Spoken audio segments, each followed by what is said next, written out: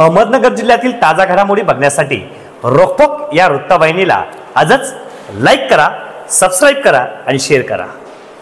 गणेशोत्सव अवघ्या 2 दिवसांवर येऊन ठेपला असून या गणेशोत्सवामध्ये कुठल्याही प्रकारची दुर्घटना अथवा बाचाबाची होऊ नये, सर्वांनी शिस्तीचे व नियमाचे पालन करावे।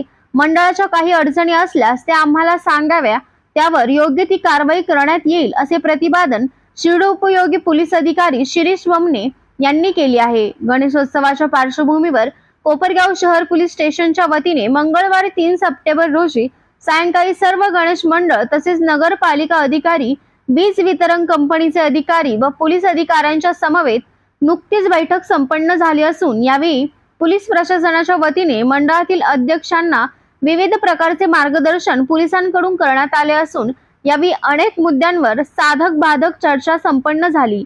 यावेळी शहर पोलीस हद्दीतील सर्व गणेश मंडळांचे अध्यक्ष व पदाधिकारी तसेच सर्व शासकीय अधिकारी पदाधिकारी यावेळी मोठ्या संख्येने उपस्थित होते।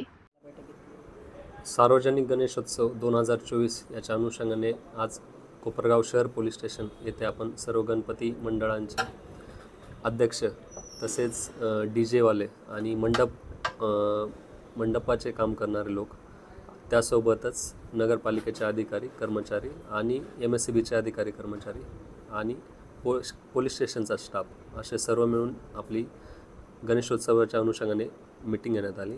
याच्यामध्ये गणेशोत्सवाच्या अनुषंगाने सर्व साधक बाधक मुद्द्यावर चर्चा करण्यात आली। त्याच्यामध्ये मंडळांच्या ज्या काही तक्रारी होत्या किंवा मागच्या काळातील त्यांचा जो अनुभव होता त्या अनुषंगाने आपण या वर्षी तसे काही अडचणी येणार नाहीत याबद्दल तशा प्रकारे नियोजन करण्याचं आपण त्यांना आश्वासित केलेलं आहे।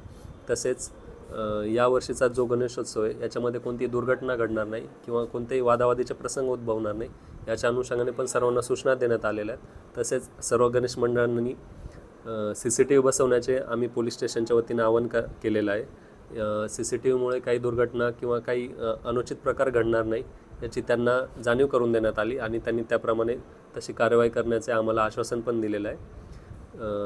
तसेच आपण गणपती उत्सवाच्या अनुषंगाने ज्या काही खबरदारीच्या गोष्टी आहेत, ज्याच्यामध्ये स्टेजची उंची जास्त ठेवणं किंवा तिथे रात्रीच्या वेळेस स्वयंसेवक नेमणं किंवा जे उपद्रवी माणसं असतील त्यांच्याबद्दल पोलीस स्टेशनला तात्काळ कळवणं, अशा बऱ्याचशा सूचना आपण त्यांना दिलेल्या आहेत। त्या अनुषंगाने आपण आता पुन्हा एकदा गणपतीचे स्थापना झाल्यानंतर गणेशाची स्थापना झाल्यानंतर परत एकदा विसर्जनाच्या अनुषंगाने मीटिंग घेणार आहोत असं पण आपण त्यांना सांगितलेलं आहे। आणि या सर्व मुद्द्यांच्या अनुषंगाने आपण आता गणेशोत्सवाच्या तयारीला लागलेलो आहे।